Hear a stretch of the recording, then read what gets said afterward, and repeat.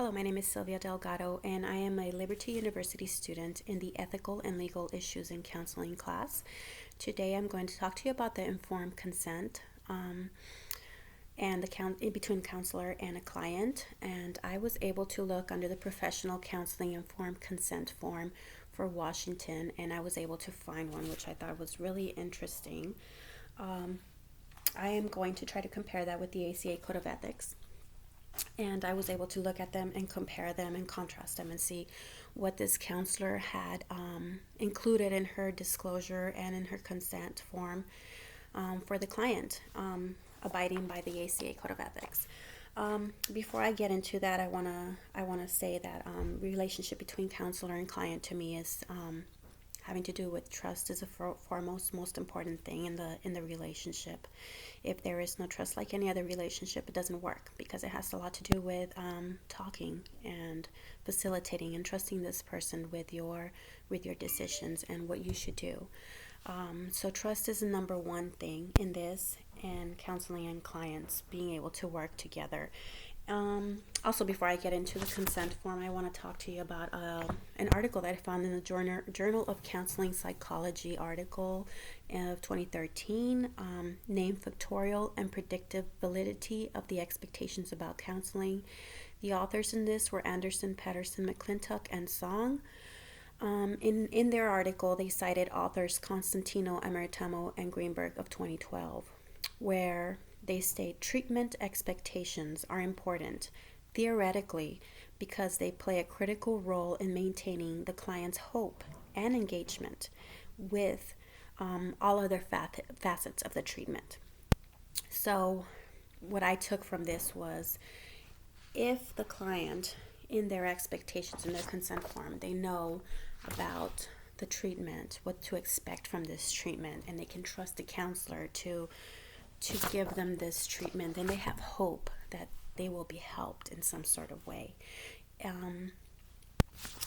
I was called by this counselor in her form because she used a psychotherapy and art therapy approach in helping her clients. I've never heard of the art therapy, and I was really surprised by it. I thought that was really interesting. We'll start with how she abides with the ACA Code of Ethics, which I have here by my side. She starts with her qualifications and experiences. And if I am correct, in the ACA Code of Ethics, I believe that is Section B.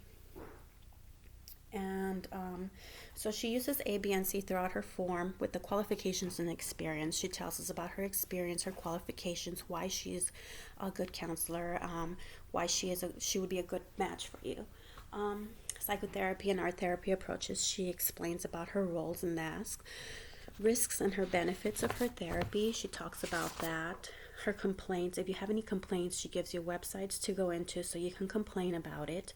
Emergencies. Obviously, she wants to contact her, first. And then in emergency contact information, she also talks about the possible risks of the therapy.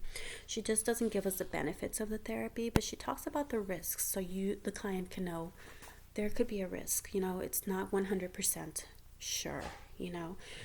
Ethics and competency and obligations. She talks about that as well. Dual relationships, how she will include other people if need be.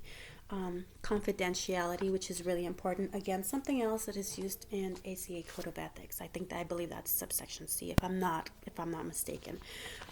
I'm still learning, so I could be mistaken on that. Payment and cancellation fees. And after each one of those subsections, she asks the patient to initial after each one, after they read it. I think this is a very well consent form, very well done, and it informs the client of the services that they will be receiving. And she abides by the ACA Code of Ethics in, while she's trying to introduce that relationship with her clients, she's trying to get their trust by explaining who she is, giving them their background. Not only that, she's telling them about the confidentiality that she will use with them. She'll tell them if she uses families, they have a right to certain stuff. So she explains all that in her form, and it's very, very complete. Thank you very much. This is my video on what I have learned about the consent forms. Thank you.